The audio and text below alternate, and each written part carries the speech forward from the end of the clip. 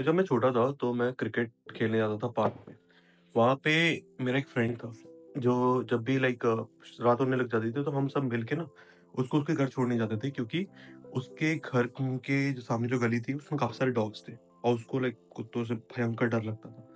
तो उसकी मम्मी कहती थी कि यार इसे छोड़ दिया करो वगैरह। तो हमने कहा ठीक है यार छोड़ देंगे।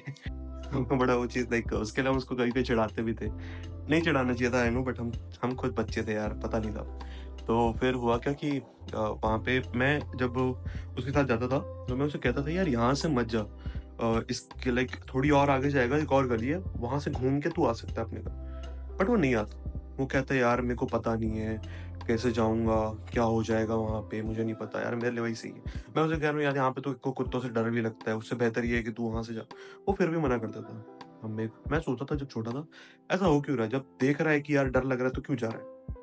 बट जैसे-जैसे मैं बड़ा होता गया, काफ़ी सारी चीज़ें पढ़ी, एक्सपीरियंस करी, देखी, समझी, तो समझ आया ना कि अगर साइकोलॉजी में ही बात करूँ मैं, तो इसके ऊपर ना मेनली 2 कांसेप्ट दिए थे साइकोलॉजिस्ट ने। पहला था स्टेटस क्वो बायस, ठीक है?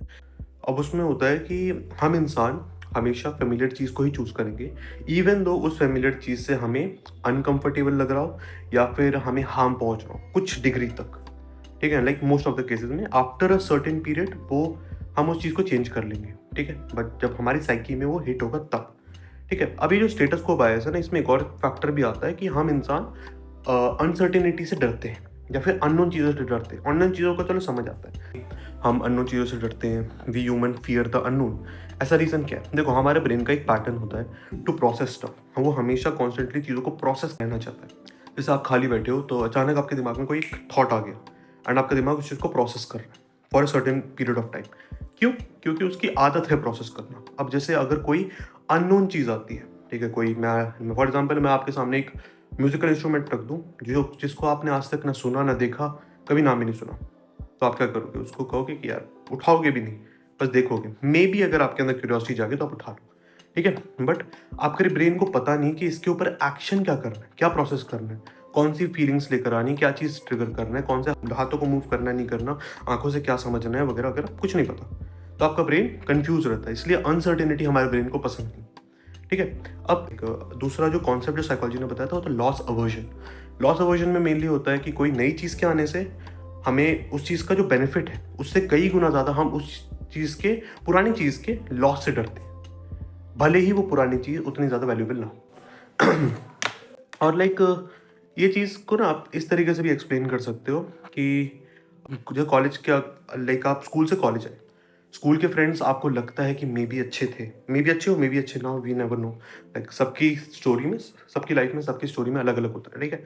अब कोई इंसान स्कूल से कॉलेज गया, ठीक है? स्कूल के फ्रेंड्स छोड़ के वो कॉलेज में जा रहा है, तो उसे लगेगा यार शायद स्कूल के फ्रेंड्स ज़्यादा अच्छे थे। क्यों? यहाँ पर मेहनत लग रही है, यहाँ पे उसे अपनी सोशल स्किल्स यूज़ करनी पड़ रही है, नए लोगों से इंटरैक्ट करने के लिए। वैसे नए लोग जो अब बच्चे नहीं हैं, मोस्ट ऑफ द केसेज़ में काफ़ी सारे मुझे पता है कॉलेज वगैरह में काफ़ी सारे मैन चाइल्ड्स घूम रहे होते हैं। मतलब कद-काठी में लंबे-चौड़े बट दिमाग बच्चों का। बट हम उनका कुछ नहीं कर सकते, after a certain period of time वो भी सही हो जाते हैं, मोस्ट केसेज़ में।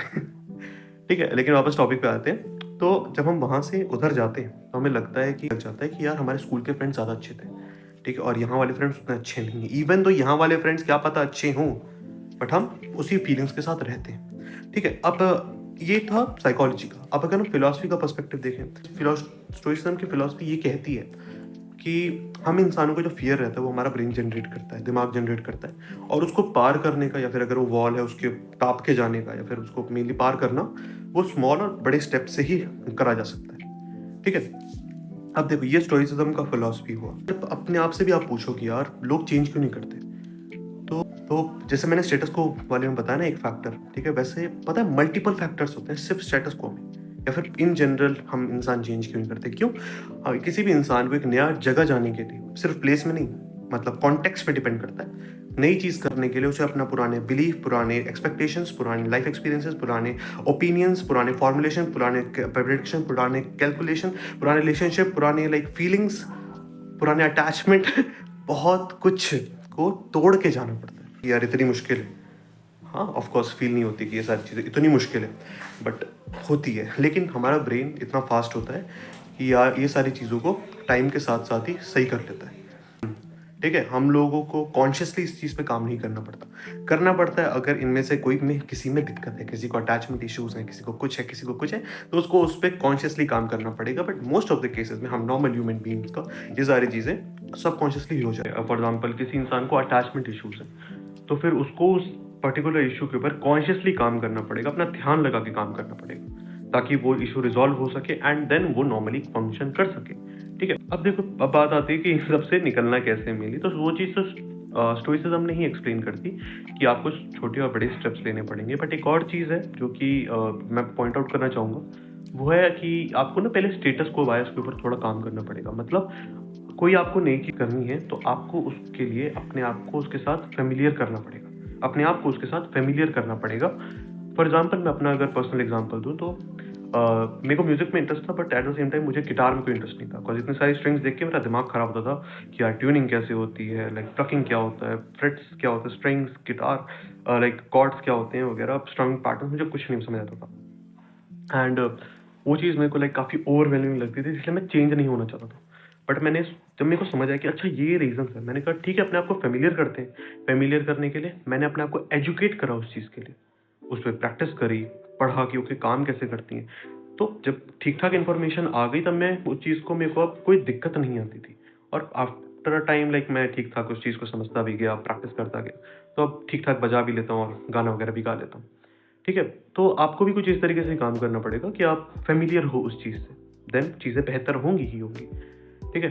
तो नाउ अगर आपका कोई फ्रेंड कह रहा है I don't want to change, या कोई इंसान है जो कह रहा है कि मेरे को चेंज नहीं होना, तो आपको समझ आ सकता है कि ओके, कोई ना कोई फैक्टर है जो चल रहा है, या तो स्टेटस क्वो बायस, या फिर लॉस अवर्जन चल रहा है, या तो कोई फीलिंग है जो इसको नहीं जाने दे रही है, या कुछ भी मल्टीपल रीजंस हो सकते हैं। मैंने तो बहुत कम चीज़ें बताई है। एक्चुअल में साइकोलॉजी में इसमें बतेरी रिसर्च है, बहुत सारी। लाइक किसी और दिन बात करूँगा सब चीज़ों के बारे में, बहुत है। लोगों ने लाइक, मैं कभी कभी सोचता हूँ कि लाइक जितने भी साइकोलॉजिस्ट कह लो, रिसर्चर्स कह लो, उन्होंने बहुत टाइम लगाया ये सब चीज़ों के ऊपर, पढ़ते पढ़ते पढ़ते पढ़ते। अब हम जब इन सब चीज़ों को देखते हैं तो बहुत फैसिनेटिंग लगता है कि वाह, कितना कुछ है पढ़ने के लिए, कितना सारा हम चीज़ें जान सकते हैं। बहुत अच्छा लगता है, बता दूँ तो आज के लिए बस इतना ही। नेक्स्ट टाइम मिलेंगे किसी और चीज़ के लिए, तब तक के लिए बाय बाय।